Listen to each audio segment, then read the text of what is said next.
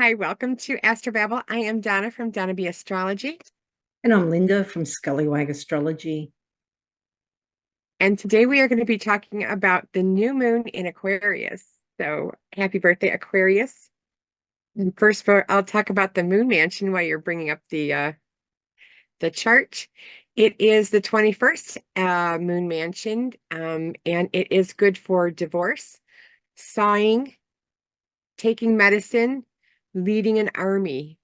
Avoid lending money. It has the flavor of Mercury and Saturn, or the good fortune of the swallower.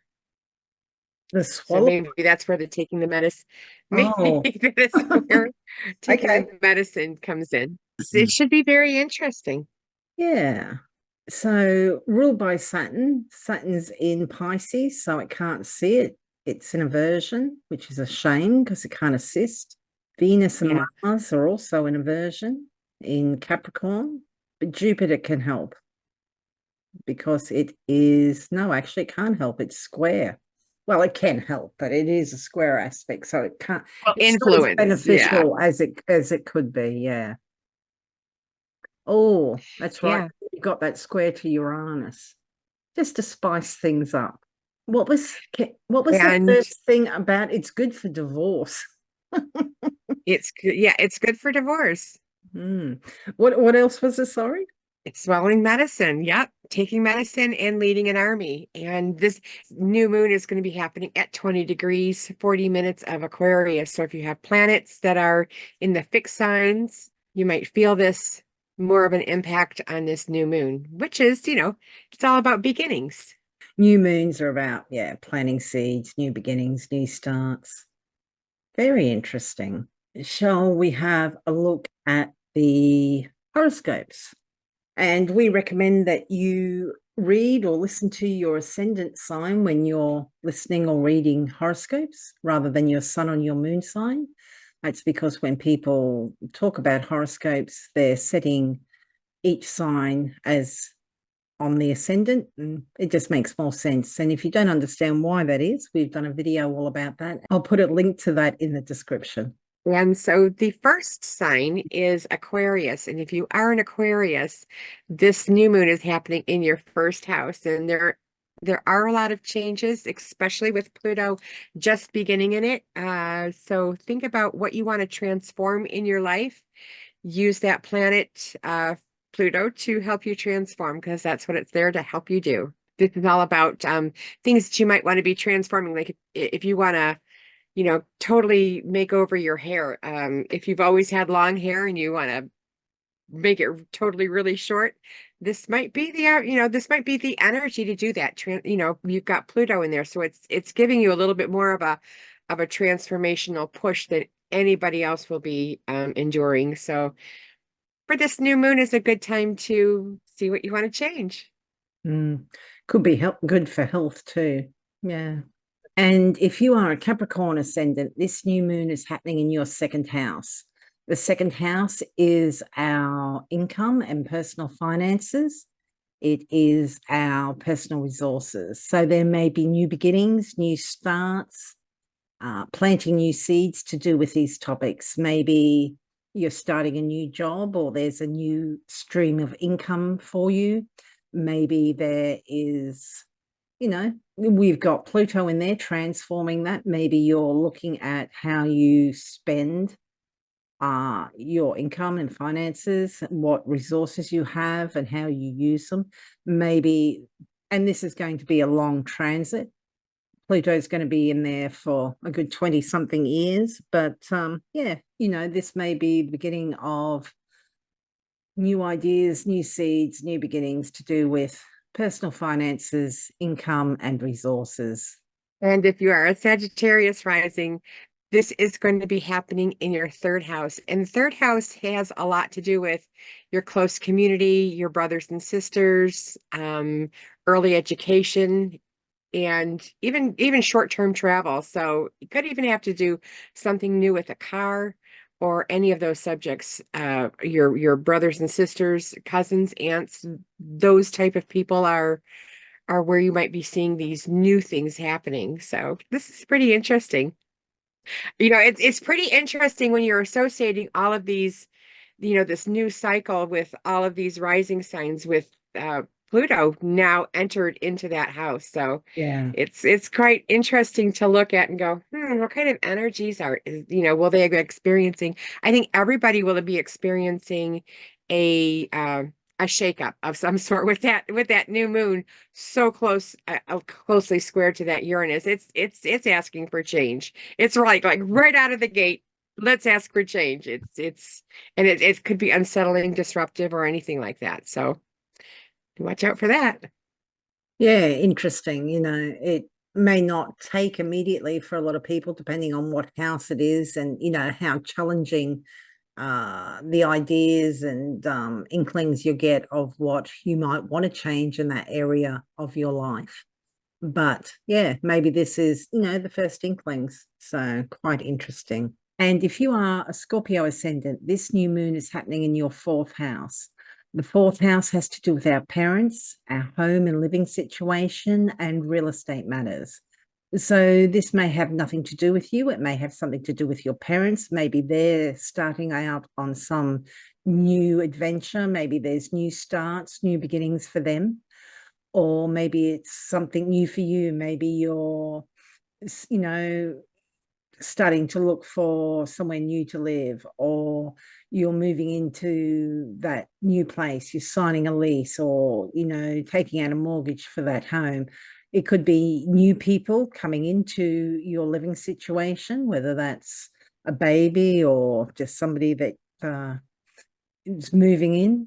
Yeah, so, or it could have to do with just real estate matters. And if you are a Libra rising, this is going to be happening in your fifth house. And the fifth house is your house of what you create. It could as well be, children and art and the things that you do for fun, the hobbies as well as dating. So if you are interested in doing any of these new things, this is a good time to, start that out with. If you are a Libra rising, this new moon is there, and it is squaring that Uranus. So this might be a little surprising.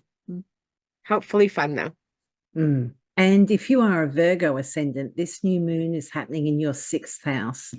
The sixth house is the house of illness, pets, and employees, those that work for you, whether that's in a employer employee situation, or it could be somebody that you have some sort of supervisory role with at a workplace.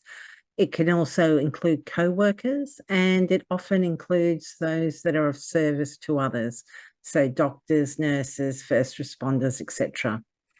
So new starts, new beginnings to do with these subjects. So it could be there's a new employee, or there's a new co-worker. It could be you're getting a new pet. It could be somebody such as a doctor or a nurse or a first responder entering the academy, or entering into university, or being accepted into a course. It could also be the beginning of a new illness, perhaps. So if there's something that's a little bit niggling, you definitely want to get that checked out. The fact that it is squaring Uranus, it may be something that's perhaps a little bit hard to diagnose. It might be quite odd. So yeah, definitely if something's just not right, it's weird. And it may be a little bit out of the blue sort of thing. But yeah, what did you say with the moon mansion? Makes swallowing medicine easy. It's the mansion of the swallower. Yeah. Taking medicine it would be good for that.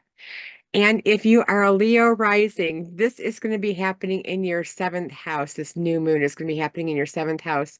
And this is the house of, the one other person, the one other relationships. This could be new things that you're beginning with a new with a partner. This is a new way of having a relationship. It's if you're a Leo rising, this could be very interesting if you are just embarking on a relationship. This is something new. This is with that square to Uranus. It's obviously could be something that is strange and unsettling. It's very interesting. So, make sure you're journaling. I think with all of these signs, with Pluto being first in this house for this new moon. This is the first lunation that Pluto's in here. So Mm. definitely I would journal on all of the signs. I think there's going to be some impactful changes that if people are journaling might be able to track, throughout these 20 years of when things started for them, of the changes that Pluto is asking them to do. And if you are a Cancer ascendant, this new moon is happening in your eighth house. The eighth house has to do with shared finances and resources, other people's money. So this can include things like inheritances, debts, loans, insurance, taxation. So yeah, this is new beginnings, new starts. So maybe you're pooling your resources with a partner. This is also the partner's money because it's the second house from the seventh. The seventh house is the significant other or close friends. So this could be a business partner or a romantic partner's money. It could be finding out that you've inherited some money. You may not actually inherit the money until we have the full moon in Aquarius. But yeah, this is new starts, or maybe you're applying for a loan at this time, or, a taxation or insurance matter crops up at this time.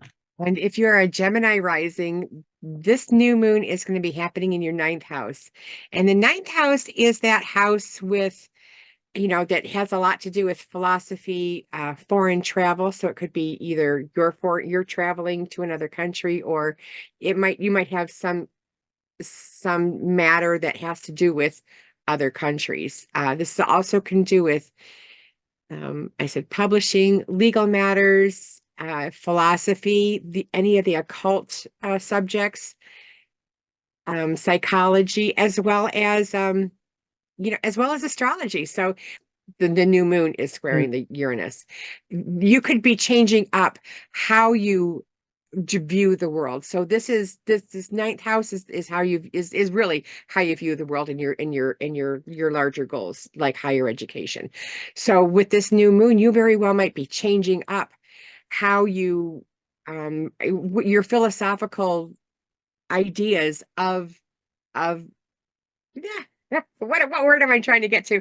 Your philosophical ideas of how you view the world, and how you view philosophy, So this is a very interesting setup here, because this Pluto just going in there for this new moon for all of the signs is asking you to change that area. So, this is where you might pick up astrology or another modality of, the occult sciences and I don't really mean sciences like, microscopes and that type of thing, but these ideas very well might, I think a lot of people are trying to explore, or I'm hearing that a lot of people are trying to explore more of the astrology and, tarot, those types of things. I think this could be very interesting for Geminis, and something to look at. You might just want to be changing up how you view these topics. Yeah, that's interesting because, I mean, the ninth house is also religion. So Mhm. I think for a lot of people, religion isn't as big a part of the average person's life as much as it may have been in the past. I don't think as many people necessarily identify as being religious, whereas a lot of people may identify as being spiritual, which can incorporate things like tarot, astrology, different matters. So yeah, but I mean, they're I all in just saw the same house. I just saw a statistic on the news where they are saying that more and more people are being more people identify with being more spiritual than they are a formed of religion. Yeah, I could totally believe that. Yeah, we all want to make sense of what's happening, and I think both of those can kind of assist with that. It's a way of making And I think that I think that's what the Neptune Pluto cycles. I was talking to Lynda earlier about this. The Neptune Pluto cycles are kind of bringing that up. Interesting. And if you are a Taurus ascendant, which Donna is, this new moon is happening in your 10th house. The 10th house is career and public reputation. So this is what you're known for. So there may be new beginnings, new starts, or planting new seeds to do with career or public reputation. This is also the house of honors and rewards. So maybe you're starting something at this time that will bring you reward or some sort of acclaim later down the track. Yeah, this is, putting things into motion that will grow and develop, and yeah, you can reap the rewards later. And this is a very public house, so those rewards are likely to be publicly acknowledged in some way. Very cool. Yeah, we're taping this. We're taping this. It's the 26th of January, so we're a little bit ahead. Yeah, So we'll see how all that goes. We've literally just had a full moon the day before. But Yeah. that's okay. That's okay. And if you are an Aries rising, this new moon is going to be happening in your 11th house. And this is the house of groups and associations, friends, as well as your hopes and dreams. So, make dreams for, big changes. This is going to give you the energy and the support that you need to change something about your groups and associations if you're an Aries rising, or hopes and dreams. Something new. And if you are a Pisces ascendant, this new moon is happening in your 12th house. The 12th house is the house of our undoing. It is associated with places of confinement like prisons or hospitals, but also places of retreat like monasteries or spiritual retreats. It is hidden and secret subjects. It is things like addictions and bad habits and self-defeating habits or escapism. So, and it's also working behind the scenes. So maybe you're starting something at this time. Maybe there have been issues with bad habits or addictions or something similar. Maybe this is a time when you decide that you want to tackle that. It could be that this is a time when you've decided you want to go away on a spiritual retreat or lock yourself away and work on something behind the scenes. Or it could be you're entering hospital at this time or have something to do with a prison system or something similar. And as usual, I brought a stone. And this is one of the first stones that I got as when I started working with crystals and doing layouts. And this is called Prehnite. And it is a very light green type stone. Very light green. Almost, it could even be yellow to green, but this is green. I mean, this is just a really light green. And this is a very pretty stone. It's a light green. It's called Prehnite. And this stone is called what I call it the healing stone. This stone, when I am wearing it, and I wear it for almost I used to wear it for almost every layout until I don't know why I stopped. This stone has got a Mohs hardness of 6 to 6.5. It grows in an orthorhombic crystal system. So that's the type of crystal system that it has. Gosh, I wish I could get it in focus. I don't know. It's not too bad. But it has more of is what? I said that's not too bad. It's not blurry or anything, but it might not be as defined as you want. That's all. You know what the thing is I'm not seeing it on the screen as pretty as it is in my hand. That's my issue. So this has got it resonates with the element of earth and water. It goes with the third chakra and the fourth chakra. It grows in massive kind of growths or botryoidal, which I think this is, granular and stalactic habitats. And it is found in Australia, China, South Africa, Scotland, and the US and around New Jersey. So that's this. This is called Prehnite. This stone, it quiets restlessness, nervousness, and it helps avoid unhealthy visualizations that you might do. Like you're like, oh, the world is going to collapse on me. This is the stone that you would use. This is the stone. It how I use it is number one, it helps my intuition of which stones I need for the client that I'm working with. That's probably my number one of why I use this. This stone helps intuition just all over. If you are meditating, you would use this stone, I would think. This helps and unlocks those portals and realms that allow you to get messages from other sources than the tangible sources that people know now. This helps you with the intuition of what's needed. So I will be writing an article on it. It's a very cool stone. It's one of my first stones that I ever had.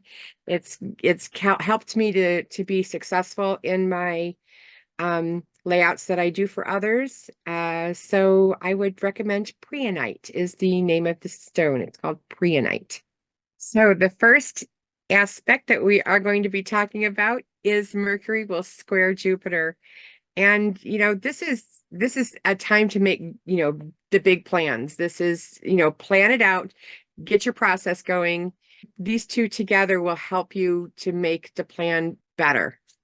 It's a benefic, that's the major benefic planet there. So this is also the lunar new year. This is going to be happening on February 10th, and it is the lunar new year of the dragon. So you might want to mix and celebrate. It's a Chinese New Year's, and don't overlook the details. That would be the one thing that is easy to do, because Jupiter's looking at the big picture and Mercury's trying to, well, exactly where does the period go? Does it go on the fourth place or the second place? So, or like if you're crossing your T's, it's like, should I make that line there? Is that an L? Or, it's really the detailed work, but and Jupiter just wants to just make it big. Just, we don't have to worry about, are all the crossed and the I's are dotted. It is a square, so it's asking it's tension where something's going to have to give. So that's the energy that is for that. I see Mercury square Jupiter, I think overly optimistic plans. The plans are too pie in the sky, too big. And I mean, Mercury's coming up to the sun, so it's under the beams at the moment. It's just had its conjunction with Pluto not that long ago, and it's in Aquarius, which is a fixed sign. So this Mercury, and it's in the superior position here. It's under the beams. It is very fixed in nature, believes it knows best. It's just had this intense meeting with Pluto.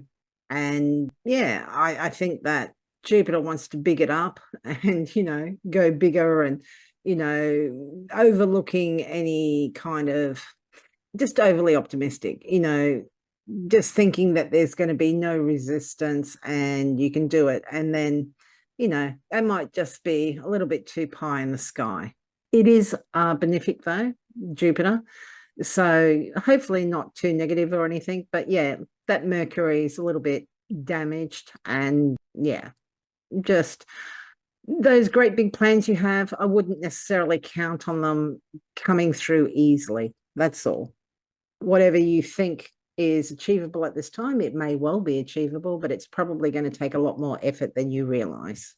And then the next aspect we're talking about is, Mars has jumped into a new sign. So make sure you journal.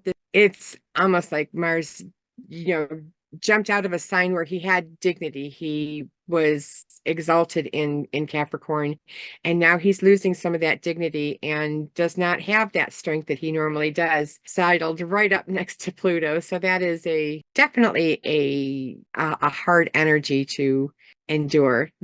Like Donna said, it's gone from being exalted into being peregrine. It has no essential dignity, at least not when it first enters Aquarius. And it is just about to come up and conjoin or be conjunct with Pluto. It's going to be interesting because Mars Pluto, it's pretty combustible.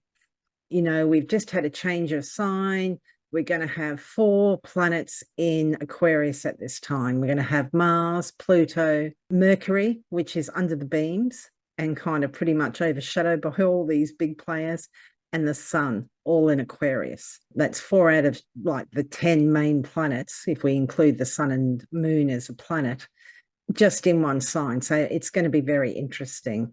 It's a fixed sign. So Mars, whatever it decides it wants to fight for or what it wants to direct that energy, because Mars is all about energy, ambition, drive, is going to be pretty fixed. So that's good. I mean, it's also ruled by Saturn, which it was ruled by in Capricorn. So you would think it would still, when I think of Mars in Capricorn, the reason I think it's exalted is because it does have that Saturn influence to harness it. And I mean, in Aquarius, we do have that same Saturn influence because Saturn also rules it. But whereas Capricorn is all about staying within those boundaries, in Aquarius, we're going beyond those boundaries. So perhaps that Mars can be a little bit, what's the word? Revolutionary. It can be a little bit, I'm not going to say out of bounds, but a little bit maverick in some ways. You know, Aquarians are known for being a little bit left of center. And yeah, this Mars, it can be pretty fixed, you know, and that's great when you've got something to do and you're on the right path. But if you're on the wrong path, it's going to be pretty hard to get you off that path as well. So, and Mars is also aggression. He's the god of war. So coming up with this Pluto, it's going to be very interesting. I should imagine there's going to be a lot of tension, particularly for people with natal planets at the very beginning of the fixed signs. So that's Aquarius, Leo, Scorpio, and Taurus. You've already got Pluto there kind of stirring up energy. And now you've got Mars there as well. So it's going to be quite interesting. As Donna would say, very good day to journal. And the next aspect we have is Venus will sextile Neptune. And this is the day where I'm thinking this would be a better day to celebrate Valentine's Day. Only because Venus will be, you know, with sextiling Neptune, it's that romantic energy. It's the experience you want to experience, you know, beauty and art and nature. You wanna try to, you know, get some of that energy that is available that will soothe that Venusian desire for art and beauty that this aspect is asking you to make sure you are experiencing. Yeah, really nice energy for Valentine's Day and moving up towards that Valentine's Day. Maybe some rose-colored glasses being worn, but you know, just seem the best in others at this time, maybe idealizing them perhaps. And not just romantic partners too. This could be just those that are in your immediate circle. That could be family, that could be friends. Yeah, it's a nice energy. And particularly when we were talking about that Mars Pluto going on the conjunction the same day, this is a nice breather away from that because Well, this is the day before Valentine's Day. That's why I said this is the day you want to celebrate Valentine's Day, because really you don't want to be you don't want to be going out on, you know, out into public areas on Valentine's Day. If you can help it. I mean, sometimes people do, but this is you're going to have a lot nicer time if you celebrate it the night before. You won't have the crowds, you won't have the all of the public, trying to go out and celebrate. Go out and celebrate it today and the day before, because it's a lot nicer energy all around. Because I have a lot to say about this aspect. I have a lot to say. Mars conjunct Pluto. This is going to be happening on Valentine's Day. I want to underline, and this is the whole reason why Lynda and I do these whole episodes is if we were talking to a friend, this is the energy that we're going to be facing. This is how to best handle it. Okay. And this is the reason is Mars conjunct Pluto. This is bad energy. This is nothing but, I can't see that there's a lot of good things that could come from this type of energy. Stay in safe places. This could be people who are wanting to, assaults happen under this. Power struggles happen under this. Jealousy explosions happen under this. Your people are wanting to be aggressive and they're wanting to be dominant. And so this does not set up for Valentine's Day. This could also be firing off conflicts. Pluto likes chaos. It finds its ground under chaos. Pluto does. Pluto is the planet of Hades, of the down under, the going deep. So make sure you're staying in safe places. This is also, my daughter who works for the city that she lives in, will pick up a stray animal. This is a good time to get bitten by a dog. This is Mars and Pluto. This could be definitely a time where you could have physical altercations that are not safe. So this is why I was like, celebrate Valentine's Day the day before, for sure. Yeah, I mean, it is a combustible combination, Mars and Pluto, and it's going to be felt moving up towards this and, for a little while afterwards. I think in the last episode, Donna was talking about how we were going to have Mercury, Mars, and then Venus move through and move over Pluto. And it would be the first time that had happened since Pluto and the Sun had their conjunction. I think on a positive note, this could be about transformation of how you use your energy. This could be about diving deep within to find your motivations for what inspires you, what courage you may have within you.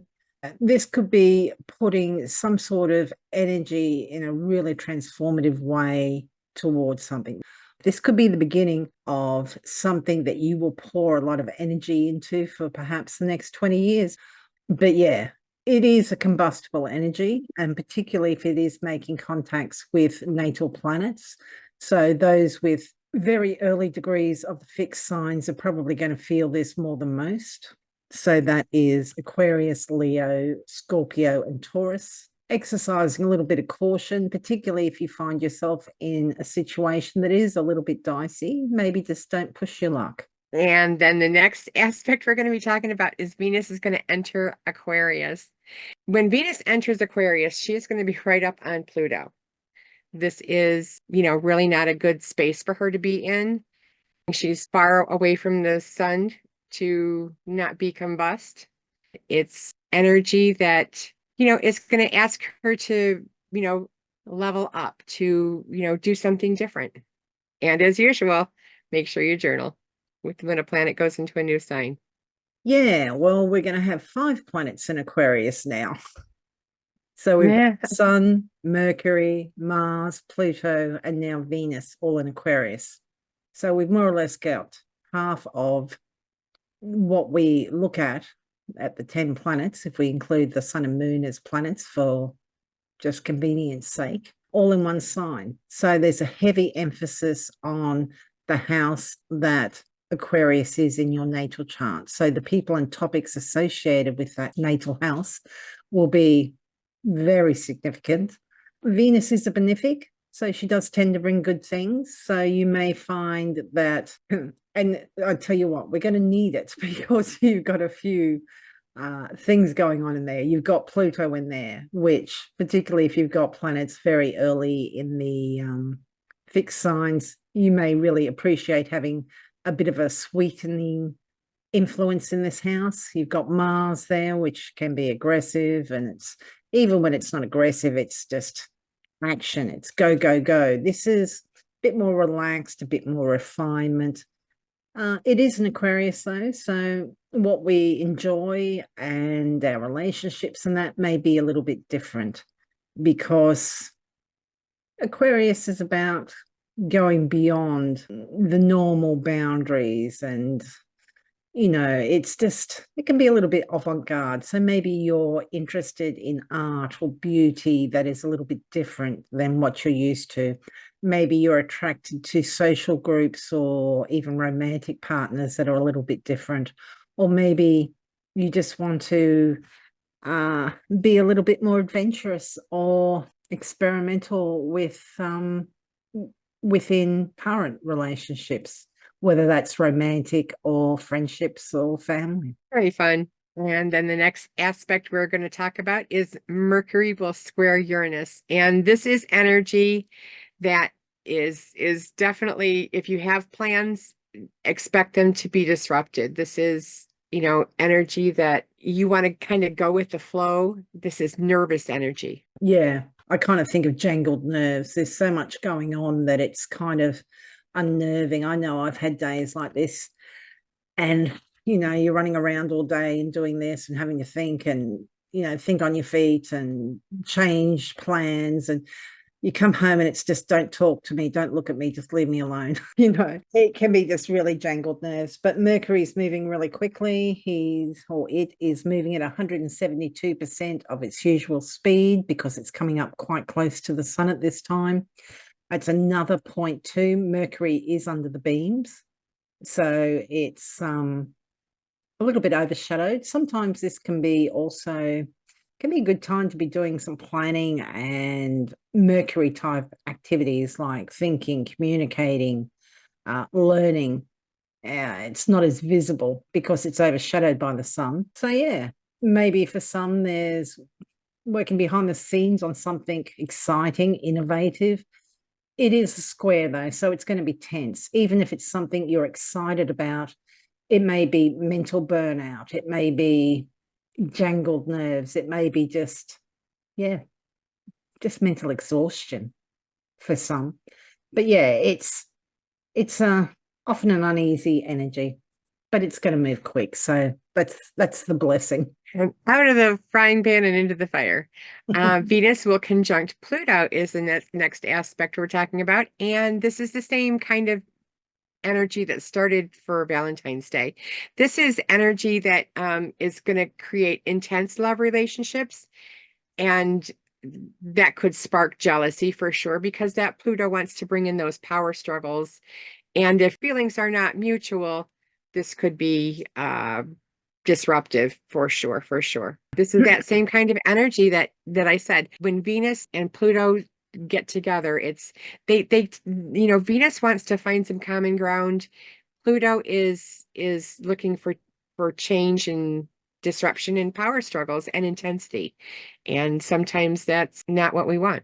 Yeah, this can be obsession, jealousy. Yeah, this can also be very intense. And some people like intensity, and for some that may be getting really down and deep and meaningful and vulnerable with perhaps a romantic partner, or maybe even something to do with art, beauty, values. But this is no, it's not light, it's deep. Even if it is something that you consider good, it's likely to still have a certain weight to it. And yeah, there's a lot going on in that Aquarius house. So regardless of what it is, there's a lot going on. And Pluto often associated with transformation. So this is the first time that Venus is moving over that Pluto. Trying to think if this is the first time, trying to think back in, let's have a quick look. When it was in Aquarius last year, yeah, I think Mars came up and opposed it on the 21st of May. And then Venus, it looks like, opposed it, which is a different aspect, but it's kind of another challenging aspect on the 6th of June. So maybe if you look back at the 6th of June, maybe there'll be some linking, maybe not at all, and that's fine. But this is the first time that Venus has conjoined Pluto in Aquarius. So it's just interesting. Same with when Mars conjoined Pluto. So yeah, it will be interesting. That But was very helpful for you to show that up. Venus is traveling at 125% of her usual speed because she's also coming up to the sun. She's not under the beams as yet, as Donna pointed out before. So she's still, quite good. She's visible, so that's nice. But yeah, some intensity in this sign. Capricorn and Aquarius, they're ruled by Saturn, so they're cold. Saturn's a cold planet. Venus is a warm planet. So she doesn't necessarily feel comfortable in these signs, but, she's doing what she can. And then the sun will enter Pisces. And, as I always say, whenever a planet, and I include the sun to journal when it changes signs, it's going to be moving in and being into Jupiter's sign. Although it's a benefic, I don't think that it has a lot of strength. To Jupiter? Not at the moment, no. But at least Jupiter can see the sun. So Jupiter can assist in some way. So that's something. Right. I was thinking the sun does not have the strength that no, the sun it usually has in other signs. Yeah, but I mean, the sun was in detriment in Aquarius, so he's actually gaining. Well, he's not gaining, but he's at least not in detriment. So he's coming out of the sign of his detriment. He's still peregrine, though. And when we talk about a sign, planet being peregrine, it's almost like being a stranger in a strange land. He has no essential dignity. It's like he's somewhere where there's no friends, there's no relatives. He doesn't have property there. He's just kind of moving along. But look, I'm kind of glad. I think this is a bit of lightness, It's getting away from all those Aquarius planets. We're still going to have 4 planets in Aquarius, and the sun moving into Pisces means that we've got 3 planets in Pisces now, but at least there's not that Aquarius strong focus. We're kind of getting away, and it is Jupiter ruled, so that does give something. Jupiter can see the sun, so he can give some assistance to it. Yeah. So over the next month, the people and topics associated with whatever house, natal house, Pluto is in your chart are likely to have some significance for you. And the next aspect we're talking about is Venus will conjunct Mars. And, this is that, don't pick up stray animals. This is a time where you could actually get bit. This is, Venus is trying to, find that common ground with animals, and some animals with that Pluto so darn close just say, well, you're not going to wrangle me up. So be careful. Be careful about that. But Venus conjunct Mars is the intense love relationships. It's the aggressive, more not the intensity usually comes with Pluto, and Pluto is co-present in that sign. But this is when Mars and Venus get together, it's more aggressive in love relationships. It's heightened and impulsive love decisions that you might have. And so, this is one of those days to watch on February 22nd to make sure that you are doing what you want to be doing. Yeah, no, I think it's kind of nice. I think it's a bit sexy, not overly romantic. It's in Aquarius, which, it's ruled by Saturn, so it can be a little bit cold. But yeah, I think this can be a little bit of fun time. I think this is the kiss and make up after all the drama earlier in the week or so. We have the moon at the time of Venus and Mars conjoining about, I don't know, 2-3 hours beforehand. The moon will have opposed them. So, maybe there's some emotional thing that goes down beforehand, and, Then there's kiss and making up. So yeah. All romantic. Yeah, we'll see. Speaking of, and this is the problem, Mercury in Pisces. Because There you go. I'm a Mercury in Pisces. But yes, on the 23rd of February, we have Mercury entering Pisces, which is a sign of its detriment and its fall. Mercury is ruled by Jupiter here, which is very different to Mercury. Mercury is all about drilling down to the details. Jupiter's big picture orientated, so it's as far away from home as it can be. And poor old Mercury is not only in fall and detriment, it's under the beams. Well, it's actually combust at this time because it's within 8 degrees of the sun, and it's getting up closer to Saturn. So lucky Mercury. So yes, not the best time to be, signing documents, and just be aware that Mercury in Pisces, they're a little bit long-winded, and things can be a little bit, they go off on tangents, and yeah, but we're going to have I'm thinking gossip. Could be. You're Yeah. what? We're going to have 4 planets in Pisces then. So we'll have Mercury, Yeah. Sun, Saturn, and Neptune all in Pisces. So the focus is moving to the Pisces house now. Which is nice that Jupiter, aspects that house. But, you and with Mercury it does not have the strength. But I see gossip with this, and creativity could also, if you're looking for a process to um showcase your artistic talents, this might be a time to start that. I'm not so sure that you're going to get a good result. It's worth playing around with. Yeah, I'd say it'll depend on its aspects. It'd be interesting, like we're going to have that Mercury Cazimi in Pisces, which will be interesting. We're going to have that Mercury Saturn, which that will be very interesting. And then yeah, Mercury, oh my, Mercury conjunct Neptune later on. That will be one hell of a day. We will not schedule one of these videos for that day.